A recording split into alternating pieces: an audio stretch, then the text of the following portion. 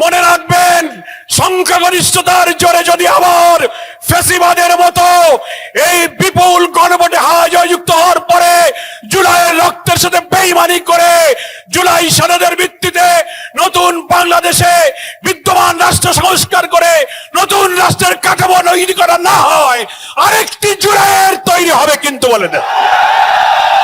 এক সাগর রক্তের বিনিময়ে জুলাই বিপ্লবের মধ্য দিয়ে যে নতুন বাংলাদেশের স্বপ্ন দেখেছিল, নির্বাচনে অনিয়ম, ম্যানিপুলেশন, নির্বাচন পরবর্তী সহিংসতা এবং নতুন করে রক্ত দিয়ে গড়া জুলাই সনদকে অস্বীকার করে নানান টকশো বুদ্ধিজীবীদের দিয়ে ন্যারেটিভ তৈরি করে সেটা অস্বীকার করার যে পায়তারা করা হচ্ছে, তার বিরুদ্ধে নতুন করে বাংলার মানুষ আবার ফুঁসে উঠেছে।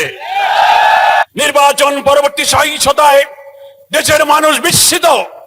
আপনারা এইভাবে ম্যানিপুলেশন করে বিজয়ী হয়েও আপনারা জাতির পরে হামলে পড়েছেন, খুন, সন্ত্রাস, বাড়িঘরে অগ্নিসংযোগ, নির্দয়ভাবে পিটাচ্ছেন, মা বোনদের ধর্ষণ করছেন।